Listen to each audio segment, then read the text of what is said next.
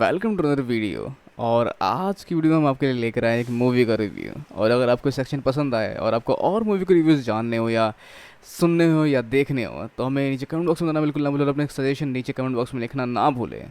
तो आज की वीडियो हम लेकर आए हैं रिव्यू रहस्यमय किताब के ऊपर, जो साउथ की एक मूवी है जिसका लिंक मैं नीचे डिस्क्रिप्शन में दे दूंगा और आप उसको यूट्यूब पे देख सकते हैं। लेकिन अगर आपके पास इतना समय ना हो और आप जल्दी से मूवी कवर करना चाहते हैं तो हमारे साथ जुड़ के मूवी कवर कर सकते हैं, जिसका नाम है रहस्यमय किताब, जिसकी शुरुआत होती है एक एनिमेशन से, जहां शुरुआत में एक शख्स था जो एक समृद्ध राज्य में रहा करता था। लेकिन इस सब के परे जहां लोग खुश थे, उसे एक बेचैनी खाई जा रही थी। वो था अपना अस्तित्व के बारे में जानना, जिसकी खोज में वो निकल जाता है और निडरता के साथ काफी दूर का सफर तय करता है। जहाँ इस सफर के दौरान उसने कई सारे ऐतिहासिक घटनाएं देखी, पर इतना मुश्किल सफर बिना खाने पीने करते हुए वो बेहोश होकर गिर जाता है। जहाँ उसको ऋषि मुनि मिलते हैं और उसे कमाल का ज्ञान दिया, जहाँ आदि से लेकर अंत तक सब कुछ सीख चुका होता है, जो विद्या धर्म से दूर और जाति के पार होती है। इसके बाद वो दुनिया भर घूमता है और कई सारी नॉलेज को इकट्ठा करके कई सारी चीजें सीख कर वो कई सारी किताबों को पढ़कर, जो अलग अलग भाषा में होती है, लिखता है खुद की एक किताब जिसमें उसने सीखा जो इतिहास बीत चुका है वो वापस आएगा। जिसके बाद वो जहाँ से निकला था वही पहुँचता है और उस जगह जाकर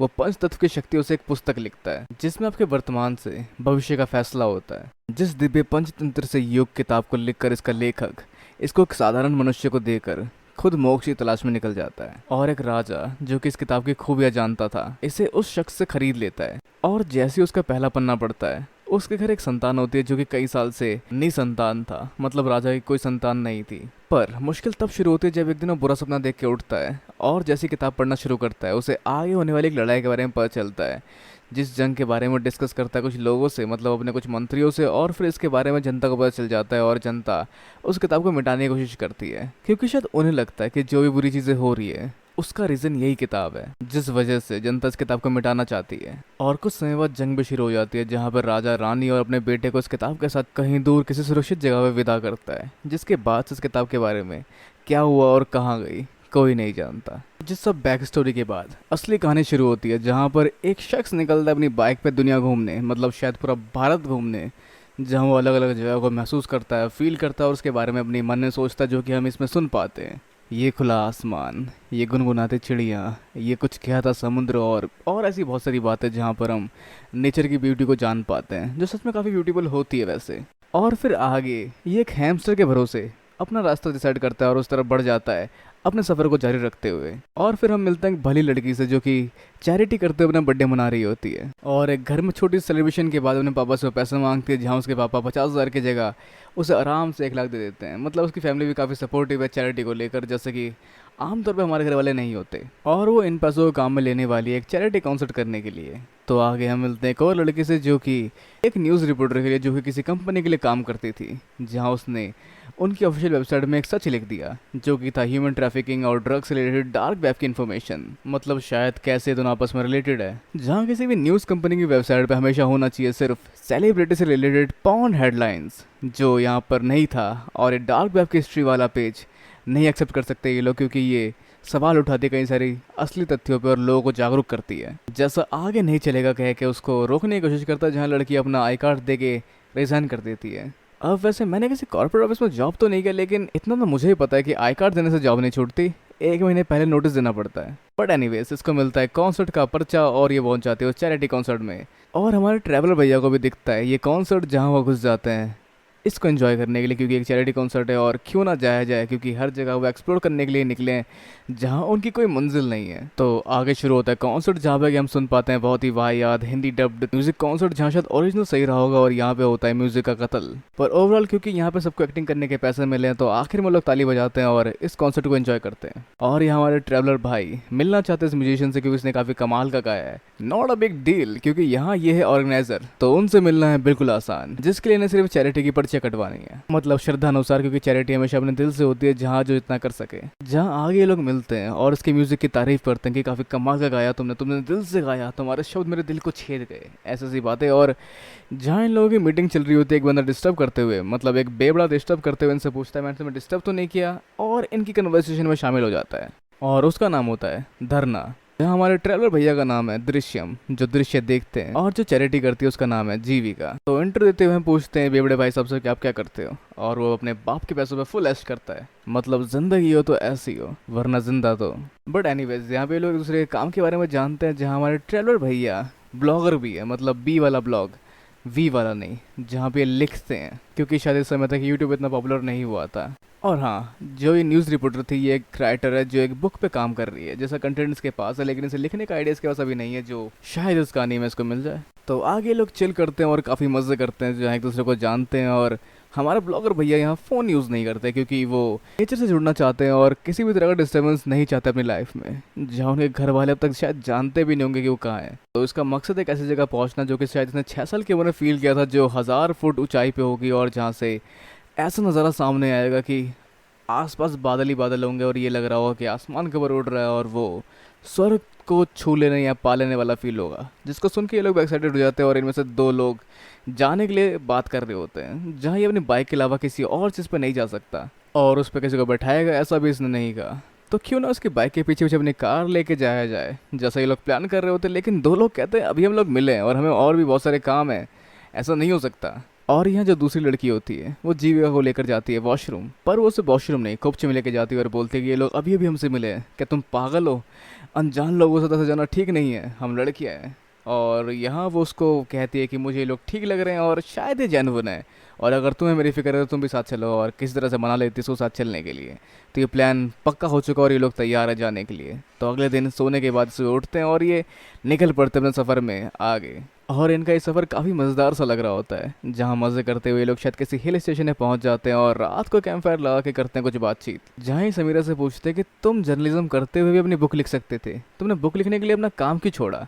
जहाँ रीज़न उसका वही होता है जो होता है, और वो है डार्क वेब के बारे में उसने उठाई थी स्टोरी, और जिसके वजह से उसको वार्निंग मिली और उसने काम छोड़ दिया। और यहाँ जो फुल टाइम बेवड़ा है उसका भी एक पैशन है, जो है कार रेसिंग, क्योंकि जब भी वो कार चलाता है उसको फील होती है कार के इंजन और वो रोमांस जो कि तेज़ गाड़ी चलने पर किसी भी रेसर को फील हो सकती है। पर वो अपना कोई पैशन नहीं मानता और सोचता है कोई पैशन मेरा है ही नहीं, क्योंकि उसके घर वाले उस पर इतना कॉन्फिडेंट नहीं है। पर सब उसको समझाने की कोशिश करते हैं कि तुम्हें कुछ करना पड़ेगा। ये ऐसा होता है कि जो हो जाता है पैशन अपने आप फील होने लग जाता है, और काफ़ी कमाल हो जाता है जब तुम पैशन फॉलो करते हो ऐसा ऐसा। पर इसकी मोटी चमड़ी के अंदर कुछ भी नहीं घुसता। तो रात को इन लोगों को नहीं आती नींद, जाए सोचते क्यों ना कुछ खेला जाए। तो ट्रूथ एंड डेयर, छुपन छुपाई, लेकिन नहीं, जहाँ समीरा देते एक आइडिया जो कि ये किताब पढ़कर, मतलब यहाँ तक कि किताब को उठाना है और उसे पढ़ना है कुछ चीज़ें, और जो भी इसमें लिखा है उसको ऐसे पढ़ना है कि वो तुम्हारा हकीकत है और उसको मान लेना है, जिससे कुछ भी नतीजा निकल सकता है और कुछ भी हो सकता है। जहाँ वो ढूंढती है बुक और उसको मिलती है एक 5 करोड़ साल पुरानी, मतलब वही बुक जो कि इस कहानी की शुरुआत में दिखाई गई थी। तो बैठे बैठे क्या करे करना है, कुछ काम शुरू करो, अंताक्षरी मतलब शुरू करो बुक पढ़ना, लेकर रैंडमली किसी का भी नाम। तो पहले शुरुआत करती है समीरा, और रैंडमली कोई भी पेज खोलकर उसका कोई भी सेंटेंस ढूंढकर पढ़ना शुरू करती है, जहाँ लिखा होता है एक बड़े से तूफान के बाद, कई सारी मुश्किलें पार करने के बाद तुम्हें जो सुकून मिलेगा तुम उसका एहसास कर पाओगे, और जब तुम सोचोगे ये सब कुछ खत्म हो चुका है और अच्छा समय शुरू हो चुका है, तब नीले आकाश की और नीले पक्षी को देखकर तुम समझ पाओगे कि ये सब अंत नहीं, शुरुआत है। जो सच में काफ़ी अजीब या इंटरेस्टिंग गेम है। तो यहाँ फुल टाइम फ्री बंदे को पता चलता है कि घोड़े की लगाम कसने की ज़रूरत है और उसे अब आज़ाद नहीं रहना पड़ेगा। मतलब बेसिकली ये इनडायरेक्टली उसके इस तरह से आज़ाद या आवारा घूमने को इंडिकेट करता है, जो उस किताब में उस सेंटेंस के थ्रू पता चलता है। मतलब थोड़ा सा ऑफेंसिव था ये सेंटेंस। और फिर बारी आती है सिंगर की, जिसे लिखा हुआ मिलता है बहुत सारी जंगों में राजा को जीत दिलाने वाला वजीर एक अजीब बीमारी से ग्रस्त होकर मर जाता है, और फिर राजा को सेनापति की जगह लेनी पड़ती है, ऐसा उस बुक में लिखा होता है। जिसके बाद इन्हें ये गेम थोड़ा अजीब लगने लगता है। फिर बारी आती है शरीफ लड़की को, जिसको लिखा मिलता है कि एक कहानी जहाँ पे एक लड़की का पालतू कुत्ता मर जाता है, लेकिन उसे घर वाले से छुपाते हैं ताकि उसे बुरा न लगे, और कहते हैं कि कुत्ता भाग गया, जैसा कुछ इसके साथ भी हुआ है। पर ये एक गेम है, चलो खेलते हैं। जहाँ ब्लॉगर भाई साहब को मिलता है कि हमेशा आज़ाद घूमने वाले पंछी को तब पता चलता है कि उसका ठिकाना उसका घोंसला ही है जब उसका पंख टूट जाता है, जो इसके प्रोफेशन से रिलेटेड लगता है और एक धमकी टाइप की लगती है। लेकिन ये गेम आगे कंटिन्यू करते हैं ये लोग जहाँ, और फिर आगे कई सारे ऐसे रैंडम क्रीपी सेंटेंसेस आते हैं जो उनकी लाइफ से रिलेटेड लगते हैं। जिसमें एक पार्ट इस चैरिटी करने वाली लड़की के लिए भी आता है, जहाँ लिखा होता है कि ये ज़माना बुरे लोगों से भरा पड़ा है जो ये जान पाएगी, मतलब उसका सामना होगा किसी बुरे शख्स से। और अगर ऐसी लाइन आए तो अपने साथ वालों पर भरोसा करना भी काफ़ी मुश्किल हो जाता है। और बहुत सारे क्रीपी क्रीपी सेंटेंसेस के बाद धरना इस बुक को बाहर फेंक किया जाता है। तो ये लोग आगे अपनी जर्नी कंटिन्यू करते हैं, जहाँ रास्ते में काफ़ी अजीब अजीब चीज़ें होती है, जैसे कि इनकी गाड़ी के नीचे एक मरा हुआ कुत्ता कुचल जाता है और ईडन की टीम का एक बंदा थोड़ा सा बीमार लगता है और समीरा को दिखती है काली बिल्ली, जैसा उस बुक में आया था इसके लिए। और फिर अचानक ये लोग मिलने का फैसला करते हैं, जहाँ पर जो भी इन लोगों ने पढ़ा था वो हकीकत होता चला जा रहा है। जैसे कि धरना के पापा कह रहे हैं रास्ते पे आ जाओ, नहीं तो तुम्हें रास्ते पे ले आएंगे, मतलब कोई काम धंधा करना शुरू करो नहीं तो तुम्हें घर से निकाल देंगे। वही बेलगाम घोड़े वाला एग्जाम्पल। और ईडन का बेस्ट गिटारिस्ट एक बड़े स्ट्रोक के बाद पैरालाइज हो गया, जहाँ ये लाइन मैच करती है। राजा को बहुत सारे जंगों में जीत दिलाने वाला सेनापति एक अजीब बीमारी से मर जाता है और राजा उसकी जगह लेकर बड़े जंग की तैयारी करता है, पर दृश्यम का पैर नहीं टूटा। तो इन सब को समअप करके ये लोग निकालते हैं कि शायद ये सब हमारे दिमाग में, मतलब हम सब ये सब बना रहे हैं इसलिए हमें ये बुक से रिलेटेड लग रहा है। ये सब सिर्फ कॉइंसिडेंस है जो कि लगातार एक के बाद एक पता नहीं कैसे पर हो रहे हैं। और इस सब को और इंटरेस्टिंगली लेने के लिए ये कहा जा रहा है कि यहाँ पर जो बुक में लिखा था उसको हम पॉजिटिवली भी ले सकते हैं। मतलब इंसान हमेशा नेगेटिव चीज़ों को पहले एक्नॉलेज करता है, जिसके वजह से हम इन सब में बस नेगेटिव पहलुओं को फॉलो कर रहे हैं। और ये एक साइकोलॉजिकल टर्म हो सकता है, जहाँ पर जिसने उस काली बिल्ली वाले मैसेज को पढ़ा उसको वो सारी चीज़ें रियल लगी और उस सबको फील करने लगा। तो ओवरऑल कंक्लूजन ये निकलता है कि ये लोग दोबारा नहीं मिलेंगे, जिससे ये लोग इस चीज़ के बारे में काफ़ी कम सोचेंगे। पर अगर ये नहीं मिले तो ये लोग और सोचेंगे। तो इसका फैसला लोग तकदीर के हाथ में छोड़कर आगे बढ़ जाते हैं और अपने अपने रास्ते की ओर बढ़ जाते हैं। तो सब अपने अपने लाइफ में अपने अपने काम को करना शुरू करते हैं, यहाँ तक कि धरना भी सोचता है रेसिंग करने की और वो उसकी शुरुआत करना शुरू करता है। और जीविका एज यूजुअल जन सेवा करते हुए एक एक्सीडेंट हुए बस की ओर बढ़ रही होती है, जहाँ बहुत सारे छोटे छोटे बच्चे तो उस बस में। पर सबकी लाइफ में कुछ ना कुछ डार्कनेस दिखने लगती है और कुछ अलग सा होता हुआ दिखाई देता है। और समीरा को दिखता है एक भूत।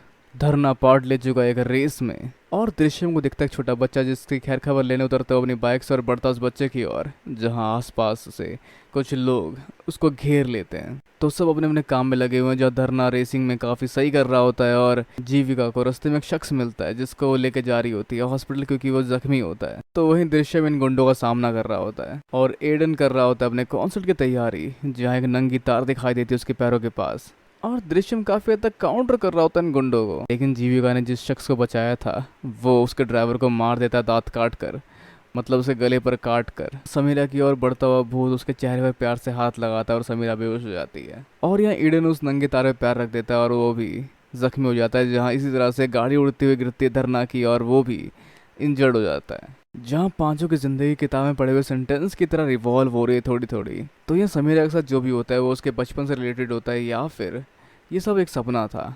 पर जीविका के साथ जो भी हो रहा है वो सपना नहीं है, जहाँ उसे किडनैप करके कोई आगे ले जा रहा होता है और तभी उसकी गाड़ी के आगे गाड़ी रुकती है, जिसके अंदर से खट्टा खट्टा इंसान निकलता है, जिससे लड़ने बाहर निकलते हैं शख्स जो कि जीविका को किडनैप करके ले जा रहा था। और वो इसके हाथों पिटता है, जिसके बाद ये उसको उठाकर अपनी गाड़ी में रख लेता है और जीविका इसके साथ निकल जाती है। तो वही रास्ते में आगे पुलिस फाटक था, जिसको देख के जीविका कहती है कि हमें पुलिस को रिपोर्ट करनी चाहिए, और जिसको सुन के ये शख्स जीविका के सर को शीशे में दे मारता है और जीविका बेहोश हो जाती है। अब इस सब के अलावा बाकी लोगों की हालत भी कुछ ज़्यादा खास नहीं है, जहाँ एडन हॉस्पिटल में भर्ती है और एक्सीडेंट हो चुका था धरना का कार रेसिंग के दौरान, जहाँ एडन की हालत थोड़ी ज़्यादा खराब होने की वजह से सब उससे मिलने जाते हैं। जहाँ जीविका अब भी मिसिंग है, जिससे लोग नहीं मिल पा रहे और उसका फ़ोन भी स्विच ऑफ जा रहा है। तो ये मिलने उसके घर पहुँचते हैं, जहाँ पुलिस आई होती है और जीविका शायद किडनैप हो चुकी है, जो बहुत खतरनाक मामला है, क्योंकि यहाँ पर जो ड्राइवर उसको लेके जा रहा था उसकी लाश मिले किसी हाईवे पे। और ये पहला केस नहीं है, ऐसे और भी केस हो चुके हैं जहाँ पर लड़कियाँ एक एक करके गायब हो रही है और कुछ समय बाद उनकी लाशें मिल रही है, जो शायद किसी सीरियल किलर का काम है। और हम आगे देख पाते हैं जो जीविका को पकड़ के लेकर गया है वो इन सबको कहीं ना कहीं ब्रॉडकास्ट कर रहा है, जहाँ वो लाइव मर्डर और लाइव टॉर्चर दिखा रहा है। अब इसके अलावा ईडन के लिए थोड़ी ठीक हो चुकी होती है और ये लोग ये बुक दोबारा ढूंढना चाहते हैं, क्योंकि इसमें लिखे सारे इवेंट लगभग सच हुए हैं। और समीरा के पास ये बुक है क्योंकि अपनी जिज्ञासा के चलते, मतलब क्यूरियोसिटी के चलते उसने वो बुक उससे उठा ली थी। तो अगर इस बुक ने प्रॉब्लम दी है तो सोल्यूशन भी यही देगा। मतलब ये लोग दोबारा वो गेम खेलकर इस बुक से इन्फॉर्मेशन निकालना चाहते हैं अपने प्रॉब्लम को लेकर, जो कि जीविका को ढूंढना है। और इसके अलावा जिस जगह जीविका है वहाँ पे बहुत सारी और लड़कियाँ हैं जो कि कैद करके रखी गई हैं और एक एक करके इनमें से कोई ना कोई मारा जा रहा है, जहाँ एट द एंड ये सब मारे जाएंगे। अब अगर हम बात करें बुक में लिखे कंटेंट की, तो वहाँ इन्हें एक और पहली मिलती है जिसमें इन्हें अपने अंदर के रहस्यों को बताना एक दूसरे को, जहाँ ईडन शुरू करता है, जो एक बड़ी हिस्ट्री नहीं है या फिर बड़ी से बड़ा रहस्य नहीं है, वो उसके जीवन का सार है। जहाँ उसकी गर्लफ्रेंड थी जिससे वो बहुत प्यार करता था और एक दिन उसे पता चला कि उसकी गर्लफ्रेंड को कैंसर है, जहाँ उसकी बस एक ही इच्छा थी कि जब वो मरे वो ईडन की बीवी बन के मरे। पर अगर वो उसको बीवी बना लेगा तो शायद जल्दी दम ना तोड़ दे, इसलिए उसने ऐसा कभी नहीं किया। पर एक दिन उसकी डेथ हो गई और उसका वो सपना कभी पूरा ना हो सका। पर उसे एडन का म्यूज़िक बहुत पसंद था, जिस वजह से उसको ज़िंदा रखते हुए उसने अपने म्यूज़िक पे ध्यान दिया और आज एक बड़ा म्यूजिशियन बन गया है।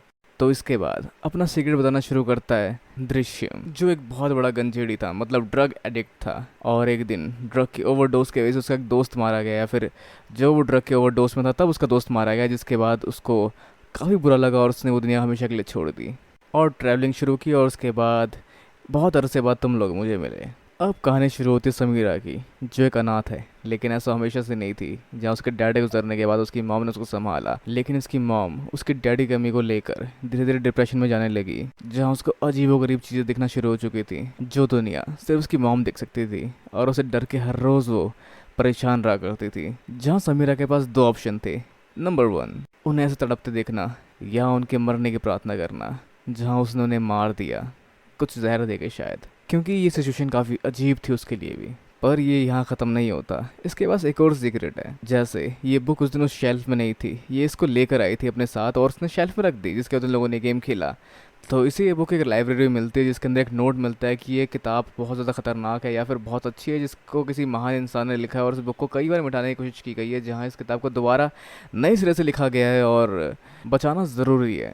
और जिसके बाद अपने जिज्ञासा के चलते इसने इस बुक को अपने साथ रख लिया और उस दिन उन्होंने इस बुक से एक गेम खेला और आज ये कांड हो गया। बट एनीवेज हम बढ़ते हैं जीविका की ओर, जहाँ से पता चलता है डार्क वेब के बारे में, जहाँ ह्यूमन ट्रैफिकिंग, लाइव मर्डर या फिर क्राइम वीडियोस और भी कई सारे डार्क थीम के वीडियोस जो इलीगल होते हैं मिलते हैं और होते हैं इसी प्लेटफॉर्म के थ्रू। और ये शख्स भी डार्क वेब का यूज़र है और वहाँ पे लाइव टॉर्चर की वीडियो दिखाता है लड़कियों के साथ। अब इसके अलावा बुक में मिले कुछ हिंट के थ्रू इन्हें पता चलता है कि इन्हें जाना है दक्षिण दिशा में, और अगले हिंट से पता चलता है कि इन्हें एक चील दिखेगी, तो जहाँ तभी इन्हें कार दिखती है जिसके ऊपर चील का लोगो बना होता है और ये उसका पीछा करते हैं। और आगे उस हिंट में कहा गया था कि वो ईगल एक तरफ रुक के आराम करेगा और सेना बिना डरे आगे बढ़ेगी, जहाँ वो आगे बढ़ते हैं। और हिंट में इन्हें कुछ नंबर्स मिले थे, जिसको देखते हुए मैच करते हैं, पता चलता है कि जो स्पीडोमीटर की नंबर है वो मैच कर रही है उस बुक के मिले उस क्लू से। तो बुक के क्लू से उस नंबर को मैच करते हुए ये लोग जाते हैं चट्टान की ओर, जिसके ऊपर चढ़कर ये लोग देखते हैं अगले क्लू को, और इन्हें पता चलता है कि इन्हें एक मंदिर ढूंढना है, जहाँ अगला सफर इनका बढ़ता है